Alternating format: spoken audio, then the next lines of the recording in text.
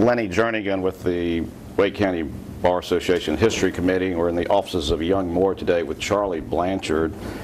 Dick Heichert is here, and also Nick Fountain.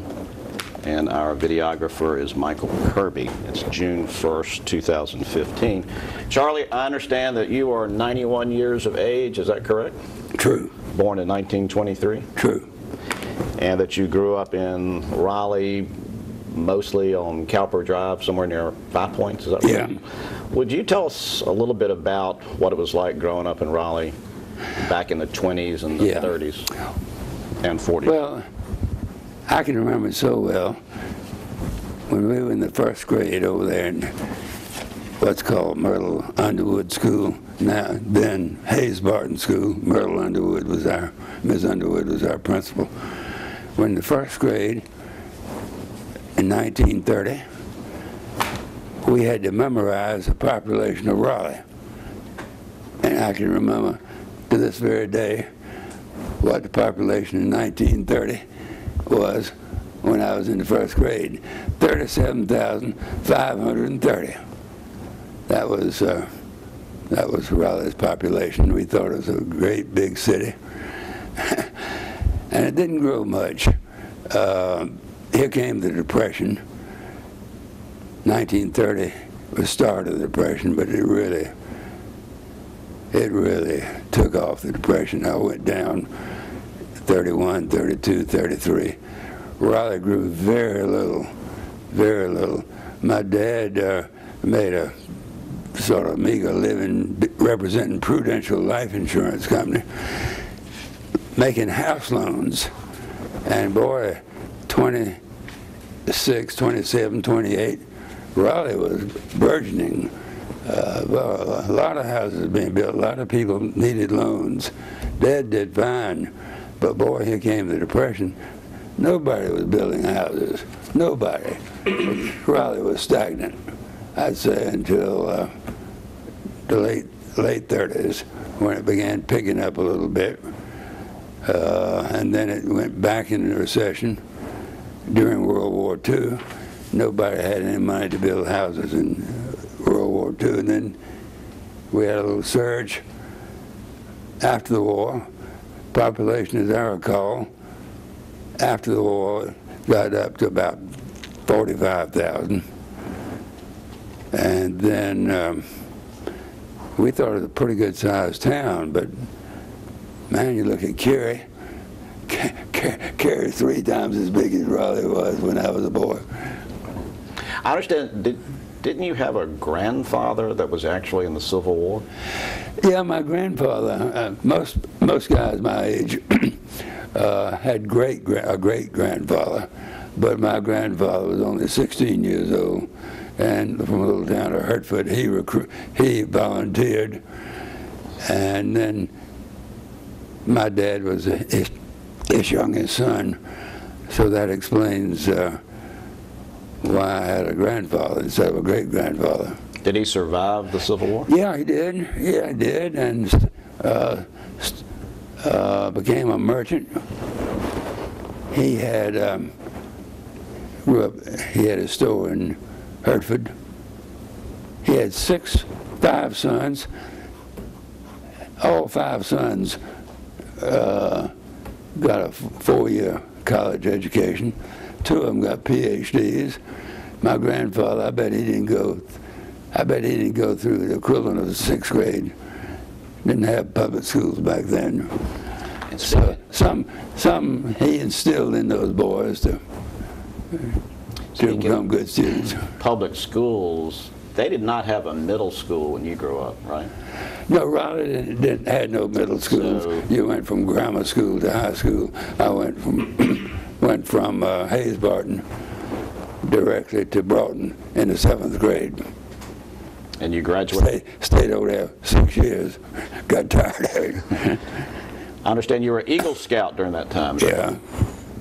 Have you kept association with the Boy Scouts at all?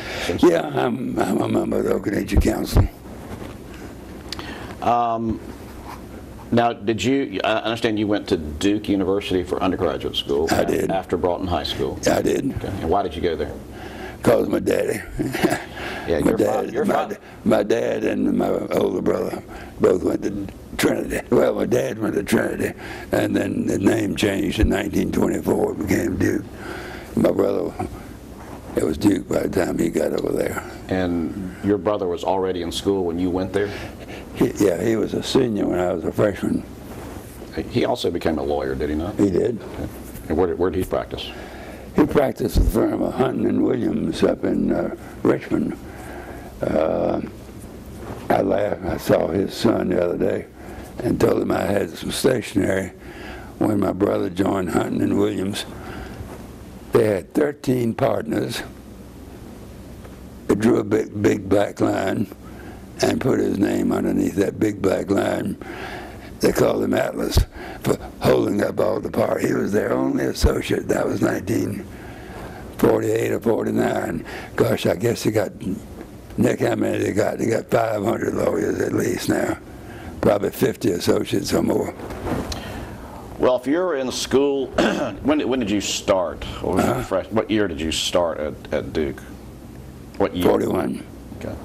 So Pearl Harbor came in there 3 or 4 months after I started. Did that change your status as a student? Yeah, everything was changed. Everybody was talking about the war and wanting to get into the war. I got into Naval ROTC and was able to almost finish before I was called out. We had the Army Finance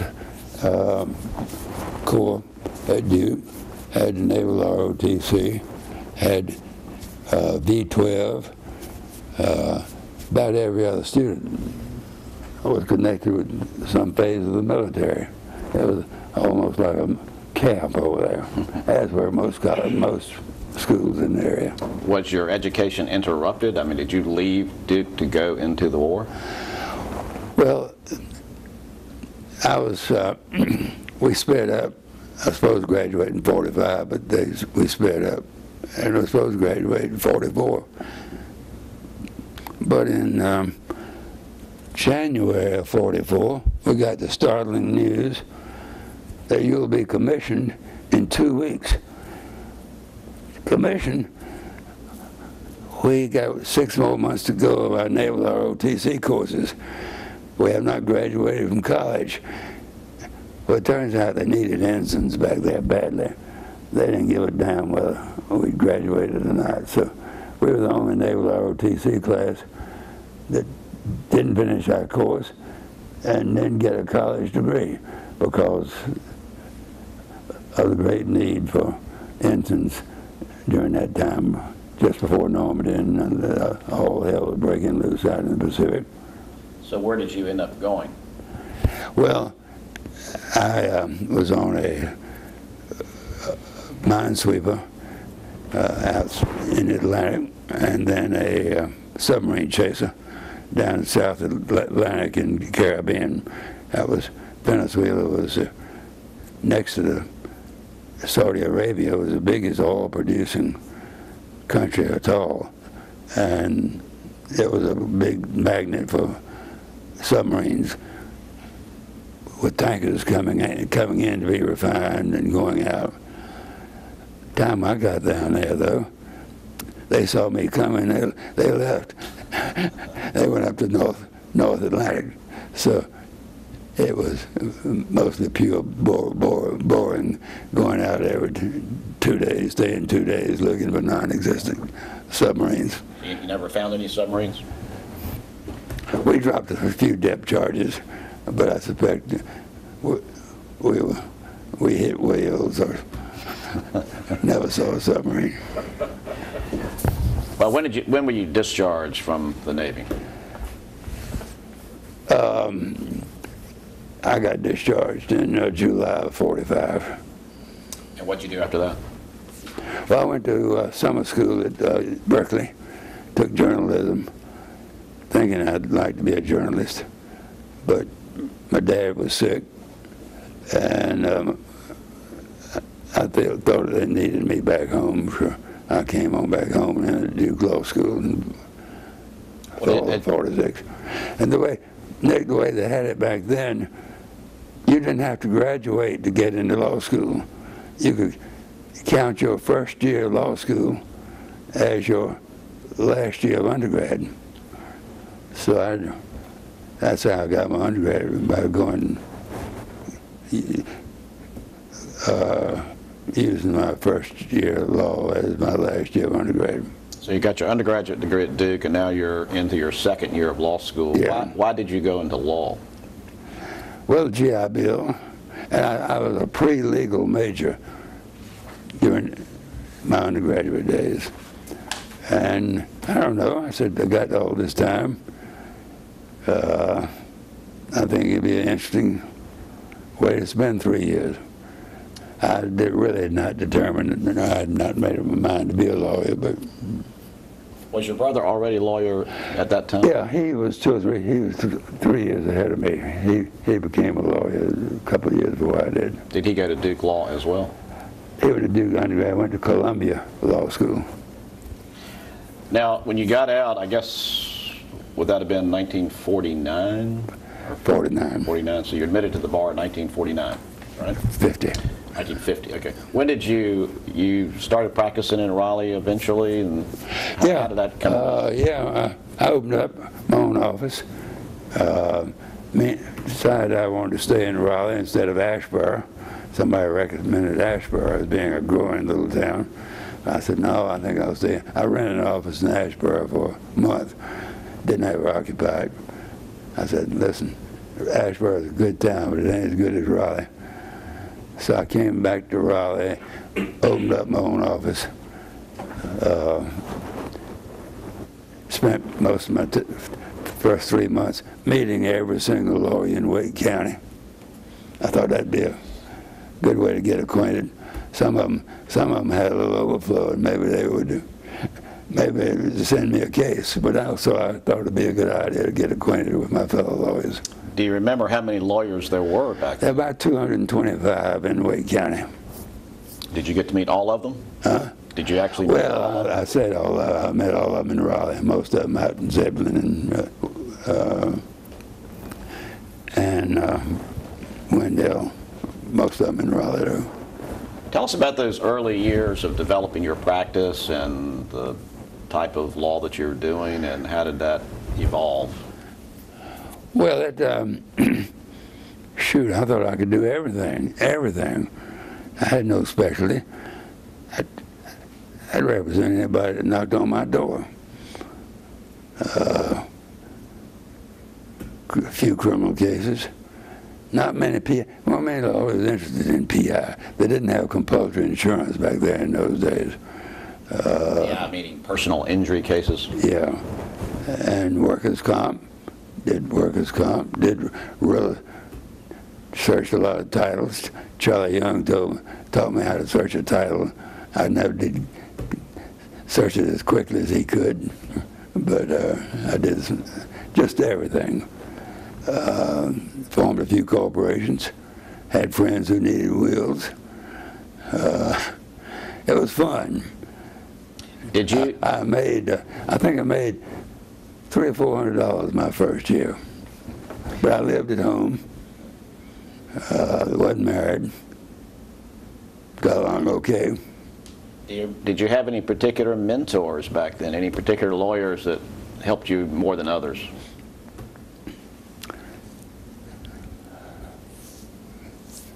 Several of them were good to me. Felt sorry for me, I think. Wanted to send me the overflow. You mentioned Charlie Young. Was he one of those? Charlie was very helpful. Jimmy Little, who I later went into practice with, we were not partners in Raleigh, but he had the bright idea of, listen, Charlie, this little town down south of here is taking off. They don't have but one lawyer down there. I tell you what lets us do. We were sharing offices at the time. He said, I'll go down there 2 mornings a week, and you go down there 3 mornings a week, and we have a little office above Hudson Belks, and I think it'll be worthwhile. So we tried that for a couple of years. The only trouble is, I find instead of Charlie going down there 2 days a week, he tapered off to 1 day a week, finally he hardly ever went down there, and I said, wait a minute, I don't want to be a Fuquay lawyer. That's what it's going to be if I don't leave down there. So we closed up after 2 or 3 years. But I enjoyed the experience. Is this Mr. Little of the Hatch Little Bun Firm? Yeah. Jimmy was a great guy. He went to Duke a few years ahead of me, practiced by himself, had a general practice, was in the legislature. And while we were together, our old veteran clerk of the court died. What was his name? I forget. So anyhow, Charlie had a lot of political friends. I don't think he politicked for the job. I think most of them came to see him and said, Jimmy, we need a good, honest, competent clerk. Would you be interested? So he debated that, and he decided he'd take it. So he was clerk. He and I shared offices at that time, after which time I had shared offices with Henry Sink and Mr. Parker before John Jordan and I started a firm in 1952. Meantime, Jimmy stayed clerk for, I guess, 4 or 5 years before he formed Hatch Little Bun Firm. John and I started practicing in 1952, I think. We stayed together for 4 or 5 years. What was the practice like procedurally in Wake County? What was the practice like from a procedural standpoint in Wake County? Well, one thing, you did not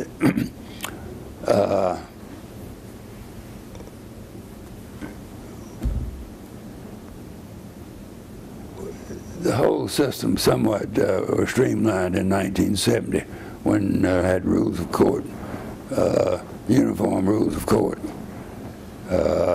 You see, we didn't have the district courts back then. Each little town, each little municipality had its own recorder's court. Each recorder's court would have its own rules, and you better be careful about going down there and not reading the local rules they had established, mainly to protect the local lawyers. So it was kind of chaotic. Each one of them had different court costs. They'd have part-time judges, lawyers who would agree to serve as a recorder's court judge. Some of them weren't even lawyers. The judges weren't. Sounds like it was sort of like the Wild West. Yeah. And then in 1970, that all changed, and we had the uniformity came in 1970. I assume that was a better system, right? Court costs were uniform. The judges were paid better salaries, uniform salaries. They required you to be a lawyer.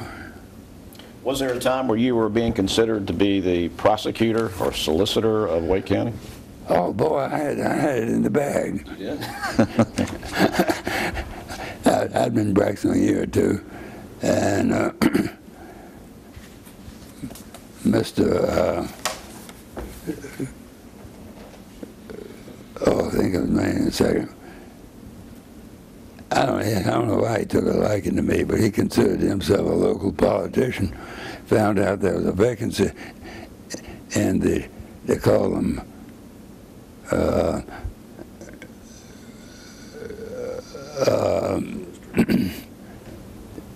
solicitor? They'll call them solicitors, and Raleigh had its own solicitor, not later district attorney. And he says, I think you can get that, Charlie. He says, I know most of these guys on the town council. I'll be glad to talk to them about you. So he came back about a week later. He says, Charlie, you're in. There were 7 members of the city council. He said, I've got firm commitments from 4 of them, and I'm think you're all right with the rest of the three. Didn't need but 4 votes. So vote took place. He came in with a long face that afternoon. Charlie, something happened. What happened? He says, we lost 1 vote. Mr. Debenham, I thought I had a firm commitment from Mr. Debenham, but just for the vote, he moved that the vote be by private, by secret ballot. And he says, instead of you getting 4 votes, you got 3 votes. I'm sure I know which one switched on me. And my friend Robert McMillan beat me by 1 vote. He held the job he held the job for 4 or 5 years. Best thing that ever happened to me. I'd have made her sorry. Well, I understand they were not paying criminal lawyers much back then. Is that right? Nothing. Nothing. Even for murder cases? Huh? Even for murder cases and capital offenses? They wouldn't be in district court. They'd be in the only lawyers who got paid, criminal lawyers who got paid, were those the Superior Court judge would appoint a veteran lawyer in felony cases.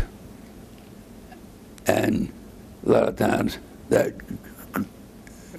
veteran lawyer with 30 or 40 years experience would take on a murder case, and the judge would give him the princely fee of $200 when the case was over, sometimes $100. Did you like doing criminal work? Yeah, I did. I couldn't make a living practicing. I knew I couldn't make a living practicing criminal law because fees were so trifling, and it was fun though. I enjoyed the criminal cases. Well, somewhere along the line, you developed a unique practice of representing plaintiffs in products liability, personal injury type cases. How did that come about? Well, I think it came about,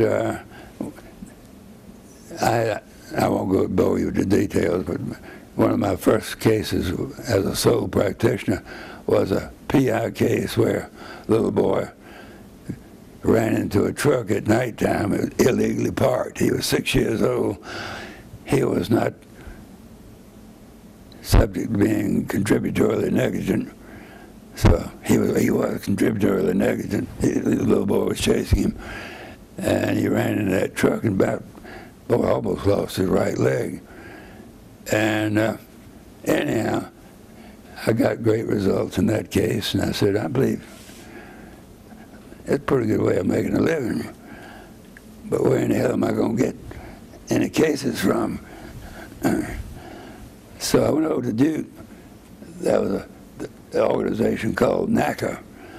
It was a bunch of started out workers' comp lawyers all over America, but then they expanded into personal injury cases. They put on seminars, a lot of different locations, and built up a good membership in almost no time.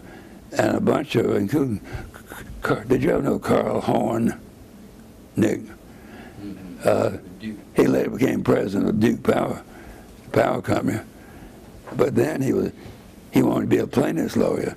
So Carl got some hot shots from New York City and Miami and put on a 2-day seminar in personal injury over at Duke. I went over that seminar, absolutely astounded, entranced. I said, golly, this is what I want to do. Helping people. You get paid pretty good fees. It's just, I believe I'd like to do this. So I went to a NACA meeting way up in Boston. Rode the day train up there. Didn't have any money, but rode the train up there and back. Heard a national convention. Heard some hotshot lawyers talk about their great victories. And some of them got some astounding, they said they got some astounding results. And at that time I said, boy, I really would like to do this. So Jim Klontz, a lawyer from High Point, he was there. Gene Phillips was sort of the leader of the three. He was entranced by it too. And we all said, we need to form a group here in North Carolina. We need to have an active group, do lobbying, share our thoughts and practices with others. So we got started, and no time we had a pretty good membership. We had 200 or 300 lawyers in North Carolina. Jim Klontz, he wasn't very interested. He bowed out, and I became the second president for a couple of years. But it was a great way of meeting other lawyers in the state who had the same interests I did.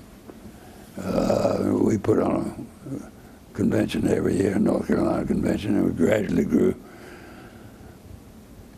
Soon had 500 members, and we said we need a secretary. Gene Phillips, and then later me, ran the darn organization out of our desk. We had no secretarial help except our own secretary. So I interviewed one night for an executive secretary. And there was a lady out of Carolina Law School who couldn't get a job in Raleigh. She was clerking in the basement of Hudson Belks. Couldn't get there weren't virtually no women practicing law in Raleigh, virtually none. So she applied for the job, as did four men. And before that night was over, we'd hired her. We were so impressed with her. Her name was Linda McGee. She was our first executive secretary and stayed with us, I bet, for 10 years. And she just did a grand job, as you would imagine she would. And she helped us expand and kept the membership rolls and helped with the seminars.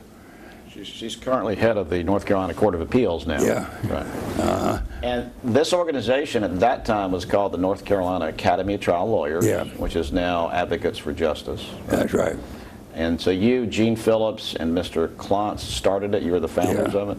And Thorpe came in shortly afterwards. Bill Thorpe came in later. Well, that organization has grown tremendously. You've stayed active with that group, I assume? Yes, I am. He called me President Emeritus.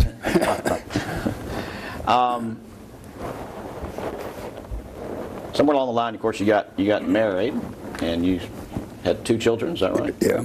One was Anna Neal Blanchard, who actually went out and became a lawyer, practiced with you for a while. Did. You had another daughter that had some mental disabilities. Yeah, she's mentally retarded and is in a group home and works in a workshop, but is blessed by being happy.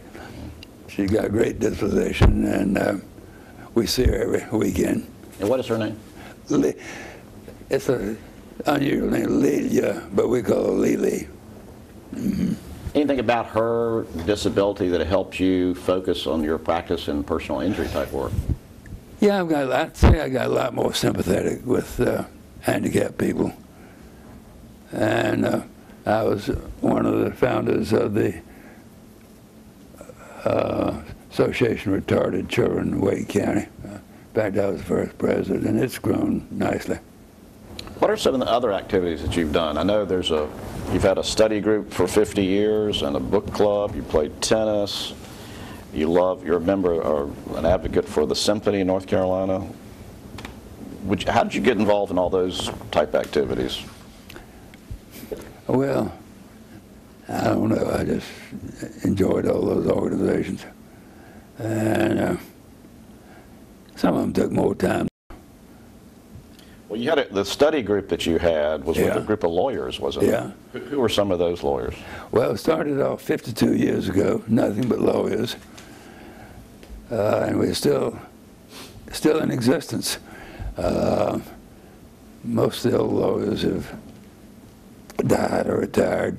let's see, it was Joe Cheshire and Sam Leaguer, Bill Jocelyn, John Jordan, Robert McMillan, myself.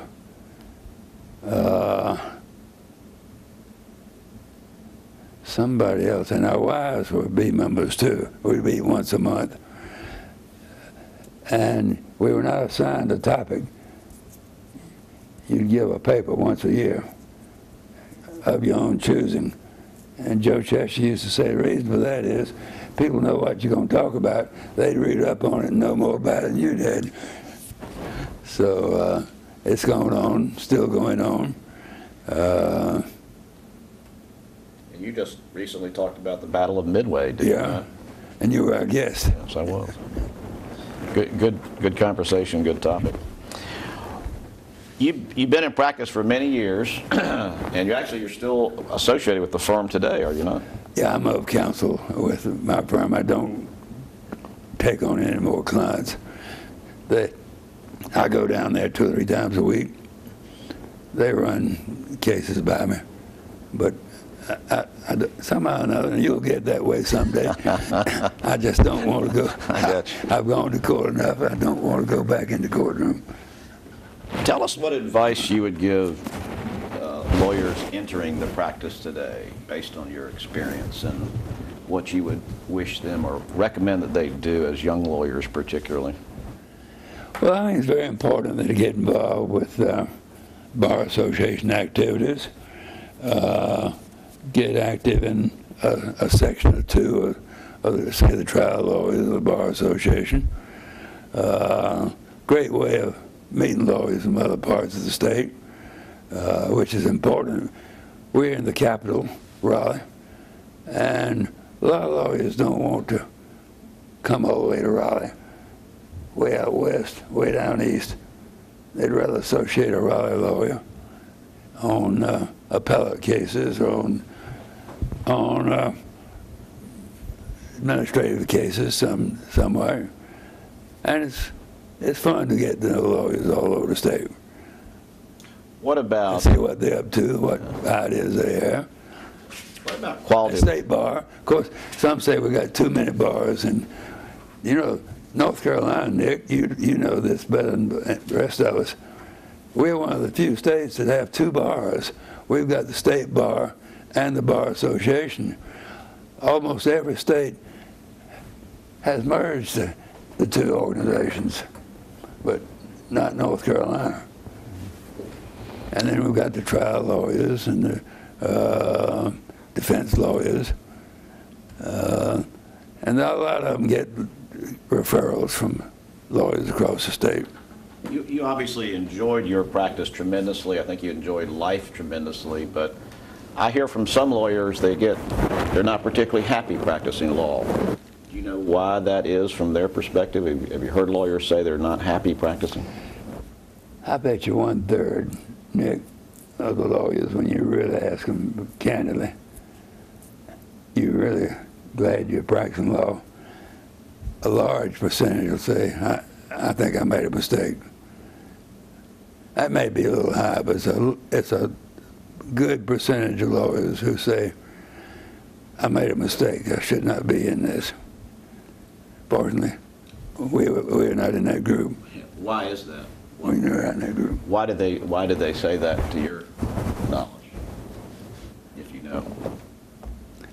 I think hours, boredom, they get into a specialty that's not very interesting. And then the time sheets, that's discouraged a lot of lawyers. Damn, I can't bill 50 hours a week. I can't do it. I'm not going to try to do it. And if I do it, I'm cheating. What about... Fix your mic so there's a rub on your shirt there for me. Perfect. What about quality of life issues for lawyers? What about quality of life issues for lawyers in general?